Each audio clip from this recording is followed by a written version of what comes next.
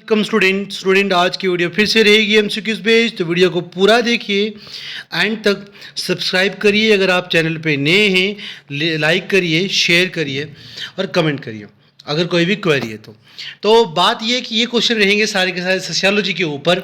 तो वीडियो को एंड तक पूरा देखना ना भूलिएगा। तो पहला क्वेश्चन सामने है, जल्दी आंसर करिए।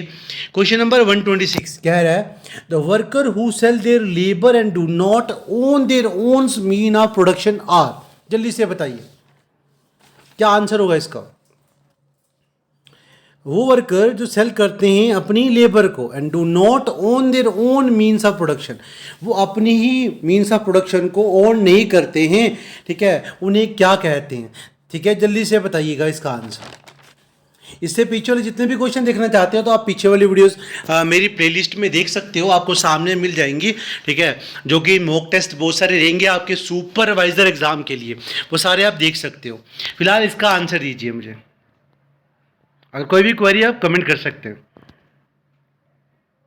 क्या वो ए है ब्यूरोक्रेसिस, बी है प्रोलीटेरिएट, सी मिडल मैन और डी स्लेव्स? क्या बोलते हैं उसे? 126 का क्या आंसर होगा, जल्दी से बताइए।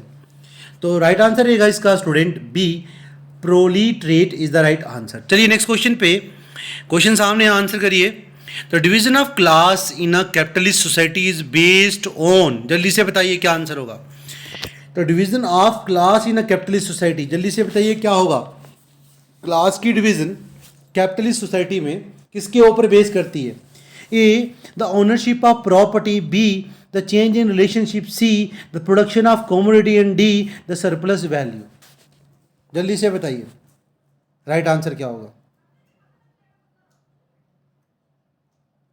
आई होप सबने आंसर गेस कर लिया होगा। तो राइट आंसर रहेगा आपके पास स्टूडेंट इसका A the ownership of property. The division of class in a capitalist society, जितनी भी क्लास जो थी ना, क्लास की डिवीजन की जाती है कैपिटलिस्ट सोसाइटी में, वो ओनरशिप ऑफ प्रॉपर्टीज के मुताबिक की जाती है। तो ए इसके लिए इसका सही उत्तर रहेगा। अगले क्वेश्चन चलिए, क्वेश्चन नंबर 128 सामने है, आंसर करिए। क्वेश्चन क्या कह रहा है? In a feudal society the feudal lord exploit dash. Feudal society में फ्यूडल लॉर्ड जो हैं वो एक्सप्लॉइट करते हैं क्या? जल्दी से बताइए। A slave, B proletariats, C bourgeoisie, D serfs. जल्दी से बताइए क्या आंसर होगा इसका। 128 का क्या राइट आंसर हो सकता है, जल्दी कमेंट करिए। आई होप सबने आंसर गेस कर लिया होगा। तो राइट आंसर रहेगा, जिन्होंने गेस नहीं किया उनके लिए, डी, ठीक है, सर्फ्स। ठीक है, in a feudal society feudal lord जो होते हैं ना वो एक्सप्लॉइट करते हैं डैश, और डैश में क्या आएगा आपके पास? D serfs. ठीक है, याद रखना। आगे चलिए, क्वेश्चन नंबर 129, क्वेश्चन सामने, आंसर करिए। फोर्थ ऑप्शन भी सामने कर दूंगा बाद में, फिलहाल के लिए क्वेश्चन को पहले पढ़ लेते हैं। क्वेश्चन नंबर 29 क्या कह रहा है? In a capitalist society the bourgeoisie exploit dash, slave, proletariats, lords, C and D आपके पास है सर्फ। चारों में से क्या आंसर होगा इसका, जल्दी बताइए। जल्दी से इसका आंसर कमेंट करिए। आई होप सबने आंसर गेस कर लिया होगा। फिलहाल के लिए जो नहीं कर पाए या जिनको नहीं पता इसका आंसर, उनके लिए आंसर रहेगा आपके पास 129 का बी। ठीक है, proletariats is the right answer. Capitalist society में ब्यूरोक्रेसी जो होते हैं वो एक्सप्लॉइट करते हैं किसको? प्रोलिटरेटिस को। ठीक है, याद रखना। चलिए नेक्स्ट क्वेश्चन पे, क्वेश्चन को जूम कर देता हूं, सामने है, आंसर करिए। क्वेश्चन नंबर 130 कह रहा है in capitalism who owns and control the capital. मतलब कैपिटलिज्म में जो ओन करते हैं, ठीक है, जिनका अपना कैपिटल होता है और कंट्रोल करते कैपिटल को, जो ओए करते हैं, ओन करते हैं, कंट्रोल करते कैपिटल को, क्या है वो, कौन से हैं? जल्दी से बताइए। क्या वो स्लेव्स हैं, क्या वो प्रोलिटेट्स हैं, या फिर वो बोरिग्योसिस हैं, या सर्फ्स हैं? जल्दी से बताइए। ए ऑप्शन को तो मैं पहले आपके लिए कट कर दूंगा, क्योंकि ऐसे पर्सन जो ओन करते हैं किसको?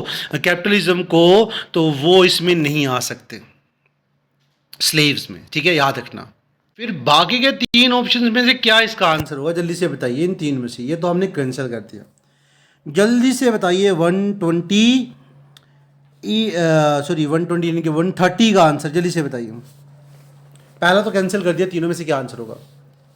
तो राइट आंसर इज सी। याद रखिएगा बोर्गियोसिस, ठीक है। कैपिटलिज्म में जो ओन करते हैं कैपिटल को और कंट्रोल करते हैं कैपिटल को, उनको सी कहते हैं। सी क्या है यहाँ पर? बोर्गियोसिस। याद रखिएगा this is the right answer for the question number 130, ठीक है। अच्छे से तैयारी करिए क्योंकि कंपटीशन बहुत ज़्यादा होने वाला है। क्वेश्चन नंबर 131 जल्दी से बताइए क्या आंसर होगा इसका। क्वेश्चन नंबर 131 जल्दी से बताइए।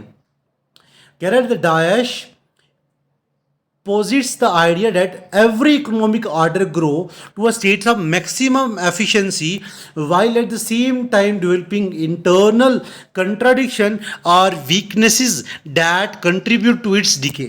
जल्दी से बताइए क्या आंसर होगा। A historical materialism, B dialectical materialism, C economic determinism, D historical determinism. जल्दी से बताइए 131 का राइट आंसर क्या होगा। आई होप सबने आंसर गेस कर लिया होगा। तो 131 का जो राइट आंसर रहेगा आपके पास वो है डायलेक्ट मेटलिज्म। वो यहाँ पे आएगा आपके। Dialectical materialism posits the idea that every economic order grow to a state of maximum efficiency while at the same time developing internal contradiction or weakness that contribute to its decay। चलते हैं student next question पे। Question number 132 सामने answer करिए। Question क्या कह रहा है? In feudalism the oppressor are known as. Feudalism में जो ओप्रेसर्स होते हैं ये किस नाम से पुकारे जाते हैं, क्या जाने जाते हैं? ए ब्यूरोक्रेसिस, बी कैपिटलिस्ट, सी सर्फ्स और डी फ्यूडल लॉर्ड्स। जल्दी से बताइए आंसर क्या आंसर होगा इसका। 132 का राइट आंसर ए, बी, सी या डी, चारों में से क्या होगा? तो याद रखिए फ्यूडलिज्म में जो ओप्रेसर होते हैं वो नाउन होते हैं एज अ फ्यूडल लॉर्ड, ठीक है। क्या माने जाते हैं? Feudal Lord. I hope question समझ आ गया होगा। चलिए नेक्स्ट क्वेश्चन पे। क्वेश्चन नंबर 133 सामने है, आंसर करिए। क्वेश्चन क्या कह रहे हैं? The term used to describe Marx's main theoretical perspective for understanding society and history, ठीक है, कौन सी टर्म है वहाँ पे? चारों में से कौन सी टर्म है जो यूज़ की जाती है डिस्क्राइब करने के लिए मार्क्स के मेन थ्योरेटिकल पर्सपेक्टिव को for understanding society and history?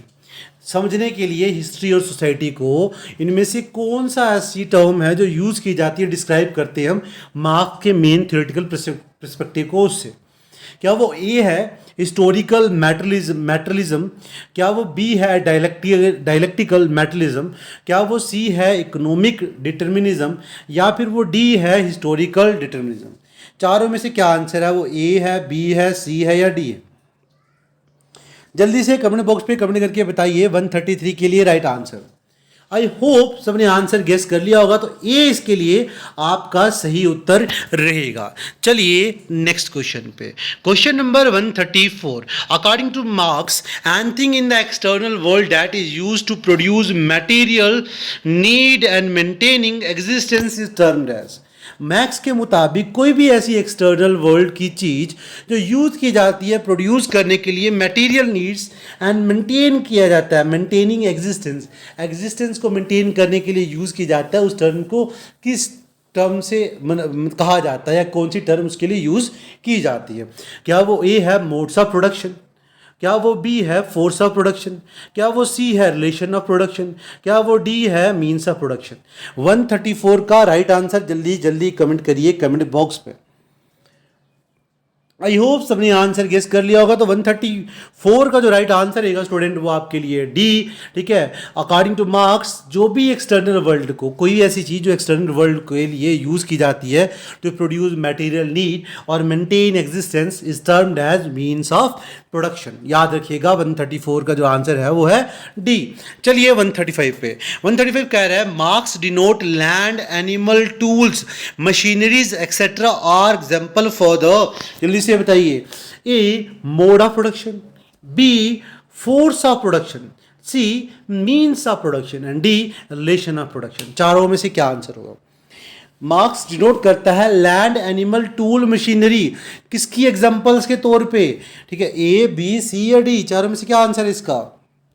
जल्दी से बताइए। 135 के लिए राइट आंसर। आई होप सबने आंसर गेस कर लिया होगा। तो right answer is C, the mean of production is the right answer. सही उत्तर रहेगा means of production. Marx denote करता है लैंड, टूल, मशीनरी एक्सेट्रा को, ठीक है, किसकी एग्जांपल? Means of production. ठीक है, अगले क्वेश्चन पे चलते हैं। कह रहा है in a Marx view, Marx के व्यूज में the factor that bind one class to another is. ठीक है, मार्क्स के व्यू से वो फैक्टर जो बाइंड करते हैं एक क्लास को दूसरी क्लास के साथ। माइंड के मुताबिक वो फैक्टर जो बाइंड करते हैं एक क्लास को दूसरी क्लास से, वो कौन से हैं? क्या वो ए है मोड ऑफ प्रोडक्शन? क्या वो बी है फोर्स ऑफ प्रोडक्शन? क्या वो सी है मीन ऑफ प्रोडक्शन? ठीक है, तो क्या वो डी है? डी का ऑप्शन सामने कर देता हूं। ठीक है, डी मेरे पास सामने होगा रिलेशन ऑफ प्रोडक्शन। जल्दी से बताइए क्या आंसर होगा चारों में से। ठीक है, तो आई होप सबने गेस कर लिया होगा। तो right answer is D, the relation of production. The relation of production is the right answer. चलिए नेक्स्ट क्वेश्चन पे। Question number 137, the single most fundamental fact of the material theory of history is A को control over the history of production, B the ownership over the mean of production, C ownership over the relation production, D distribution of the force of production. 137 के लिए right answer क्या होगा? I hope सबने guess कर लिया होगा। तो right answer रहेगा आपके पास यहां पर भी, the ownership over the mean of production is the right answer. चलिए नेक्स्ट क्वेश्चन पे। Question number 138, in a Marx view the force of production along with the relationship of production define. Marx के मुताबिक, Marx के view के हिसाब से force of production along with the relation of production जो है वो डिफाइन करते हैं किसको? A production mode of production, B means of production, C surplus value, D labour value. 138 के लिए राइट आंसर क्या होगा? जल्दी कमेंट करिए। आई होप सबने गेस कर लिया होगा। तो राइट आंसर रहेगा ए मोड ऑफ प्रोडक्शन। मार्क्स के व्यू के मुताबिक force of production along with the relation of production, force of production किसके साथ? रिलेशन ऑफ प्रोडक्शन के साथ डिफाइन करती हैं किसको? मोड ऑफ प्रोडक्शन को। ए इज द सही आंसर रहेगा आपके पास किसका? 138 का। 139, चलिए क्वेश्चन सामने, जल्दी आंसर करिए। इन एन इकोनॉमिक सिस्टम में the dash has the ability to determine the system of social relation arising from it. ठीक है, कह रहा है इकोनॉमिक सिस्टम में क्या चीज़ है जो एबिलिटी को डिटरमाइन करती है? System of social relationship arising from it. जल्दी से बताइए आंसर क्या रहेगा इसका? क्या वो ए है, बी है, सी है या डी है? ए है मोड ऑफ प्रोडक्शन, बी है फोर्स ऑफ प्रोडक्शन, सी है मीन ऑफ प्रोडक्शन, डी है रिलेशन ऑफ प्रोडक्शन। तो आई होप सबने आंसर गेस कर लिया होगा। तो राइट आंसर रहेगा आपके पास student A, the mode of production. Economic system में द मोड ऑफ प्रोडक्शन के अंदर एबिलिटी होती है डिटरमाइन करने की system of social relationship arising from it. ठीक है, चलिए अगला 140 क्वेश्चन, जल्दी आंसर करिए। क्वेश्चन क्या कह रहा है? क्वेश्चन कह रहा है कि in which the mode of production that encompasses a rudimentary system of production in which people live together principally by hunting and gathering was. जल्दी से बताइए क्या होगा? ऐसा मोड ऑफ प्रोडक्शन जिसमें इनकम्पास किया जाता है रूडिमेंट्री सिस्टम ऑफ प्रोडक्शन, जिसमें पीपल इकट्ठे रहते हैं, प्रिंसिपली इकट्ठे रहते हैं, इकट्ठे रह के शिकार करेंगे और गैदरिंग करेंगे। क्या बोलते हैं उसे? क्या वो ए है फ्यूडल मोड ऑफ प्रोडक्शन, या बी है एंशिएंट मोड ऑफ प्रोडक्शन, या वो सी है कैपिटलिज्म, या फिर वो डी है एस्थेटिक मोड ऑफ प्रोडक्शन? जल्दी बताइए आंसर क्या होगा? ए है, बी है, सी है या डी है? आई होप सबने गेस कर लिया होगा। तो राइट आंसर रहेगा आपके पास student B, the ancient mode of production is the right answer. 140 के लिए बी राइट आंसर रहेगा। 142 पे 141 पे चलते हैं, जल्दी से बताइए। ठीक है, कह रहा अवर of the four type of mode of production identified by the Karl Marx, which one had a communal ownership over the property with no system of class relation? जल्दी से बताइए क्या आंसर हो सकता है इसका? 141 का क्या आंसर होगा? क्या वो ए है फ्यूडल मोड ऑफ प्रोडक्शन, या वो बी है एसेटिक मोड ऑफ प्रोडक्शन, या वो सी है एंशिएंट मोड ऑफ प्रोडक्शन, या डी है कैपिटलिज्म। जल्दी से बताइए आंसर क्या। आई होप सबने गेस कर लिया होगा, तो जिन्होंने नहीं किया उनके लिए आंसर रहेगा आपके पास B, Asiatic mode of production is the right answer. चलिए क्वेश्चन नंबर 142 पे क्या कह रहा है कि in a system of ancient mode of production the oppressed were, ठीक है, system of ancient mode of production में ओप्रेस्ड कौन से यहाँ पर, स्लेव, लैंडलॉर्ड, पीसेंट या टीनेन। जल्दी से बताइए 142 के लिए राइट आंसर क्या हो सकता है। 142 के लिए राइट आंसर क्या है, ए बी सी डी, चारों में से क्या सही उत्तर होगा इसका।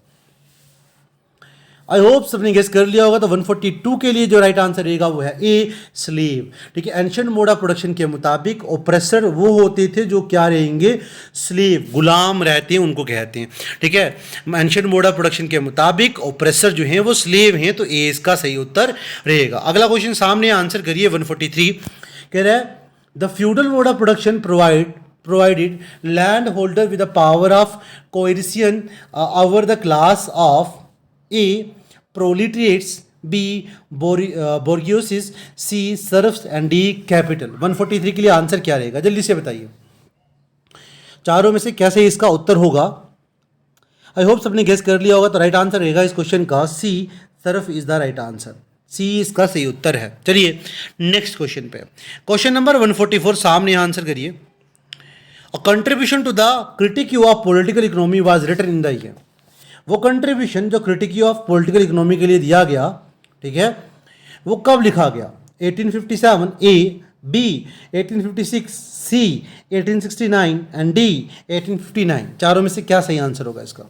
144 के लिए जो राइट आंसर रहेगा आपके लिए स्टूडेंट वो है आपके पास डी, ठीक है, 1859 इज द राइट आंसर। चलिए नेक्स्ट क्वेश्चन पे, अकॉर्डिंग टू मैक्स के मुताबिक a thing whose quality are capable of satisfying human need is known as। जल्दी से बताइए। ठीक है, ये डेफिनेशन है, स्टैटिक्स पढ़ी है ना अगर आपने कभी भी थोड़ी सी भी, तो आप इसका आंसर आराम से दे सकते हो बिना ऑप्शन देखे भी। मैक्स के मुताबिक वो चीज़, ठीक है, जिसकी क्वालिटी कैपेबल होती है सेटिस्फाइंग करने के लिए ह्यूमन नीड को, मतलब जो इंसान की ज़रूरतों को पूरा कर सके, जिसके अंदर कैपेसिटी हो जो ह्यूमन नीड्स को सेटिस्फाई कर सके, ठीक है, वो कौन सी है यहाँ से, क्या वो कैपिटल है, सब्जेक्ट है, कॉमोडिटी है या सरप्लस है। जल्दी से बताइए 145 का आंसर क्या हो सकता है। आई होप सबने आंसर गेस कर लिया होना है, तो जिन्होंने नहीं किया उनके लिए याद रखेंगे कॉमोडिटी। मैक्स के मुताबिक जो कॉमोडिटी होती है उसके अंदर कैपेसिटी होती है ह्यूमन नीड्स को पूरा करने की, ठीक है, वो सेटिस्फाई कर सकती है ह्यूमन की नीड्स को। क्वेश्चन नंबर 146 कहता है कि जो क्वालिटी ऑफ कॉमोडिटी है to serve particular human need for function as, जल्दी से बताइए। कॉल कहता है कि क्वालिटी ऑफ कॉमोडिटी क्या है, to serve particular human need और function as exchange value, use value, surplus value, labour value. A B C D, चारों में से क्या इसका सही आंसर होगा। अगर अभी आपने ऊपर वाला क्वेश्चन थोड़ा सा भी अच्छे से पढ़ा है ना तो इसका आंसर दे सकते हो। सोशियोलॉजी पूरी थोड़ी गेस पे चलती है और कुछ नहीं है। तो ऊपर मैंने क्या बताया था, कमोडिटी क्या होती है, वो चीज़ जो इंसान यूज़ करे तो उसकी, इंसान यूज़ करेगा तो उसकी नीड्स क्या होंगी, पूरी होंगी, सेटिस्फाई होंगी, तो डैट मीन यूज वैल्यू होंगी। 20 का राइट आंसर रहेगा, तो याद रखिएगा। चलिए नेक्स्ट क्वेश्चन पे, क्वेश्चन नंबर 147। मैक्स के मुताबिक exchange value is found only in, exchange value किसके अंदर होती है, मतलब वो चीज़ जिसमें हम एक्सचेंज कर सकें, जिसकी एक्सचेंज वैल्यू हो, वो कौन सी है, सोशलिज्म, कैपिटलिज्म, ठीक है, फ्यूडलिज्म या कम्युनलिज्म। इसका भी थोड़ा सा गेस लगाओगे तो आप आंसर आराम से दे सकते हो। थोड़ा सा गेस चाहिए आपको। वो वैल्यू जो एक्सचेंज की जाए, ठीक है, एक्सचेंज कर सकते हो, बेच सकते हो, मनी में एक्सचेंज कर सकते हो, इनमें से कौन सी है, जल्दी से बताइए। सोशलिज्म, कैपिटलिज्म, फ्यूडलिज्म या कम्युनलिज्म। तो राइट आंसर रहेगा स्टूडेंट आपके लिए बी, कैपिटलिज्म। कैपिटल क्या होता है? जो ओनर ने ओन की होती है फॉर गेनिंग अ प्रॉफिट, और लॉन्ग टर्म में ये रहती है, ठीक है। लॉन्ग टर्म के बाद आप इसे मनी में कन्वर्ट कर सकते हो, ठीक है। और ये बेचने के लिए नहीं होती है, कैपिटल एसेट को एसेट को प्रोड्यूस करने के लिए यूज़ की जाती है, ठीक है, याद रखना। तो इसका आंसर यही रह सकता है 147 का। चलिए नेक्स्ट क्वेश्चन पे, क्वेश्चन नंबर 148 क्या कह रहा है? Marx called the capacity of human labor to bring about utility in a commodity and produce simple uses values as।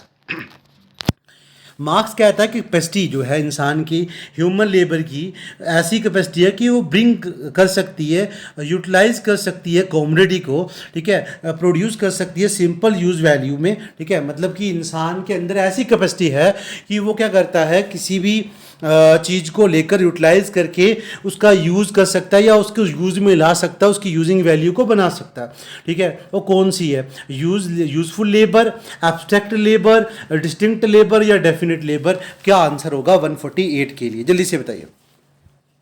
तो राइट आंसर रहेगा आपके पास A, useful labour is the right answer, याद रखिएगा। अगला क्वेश्चन है 149, सेकंड लास्ट क्वेश्चन आपका, ठीक है। जल्दी से इसका भी आंसर दीजिए।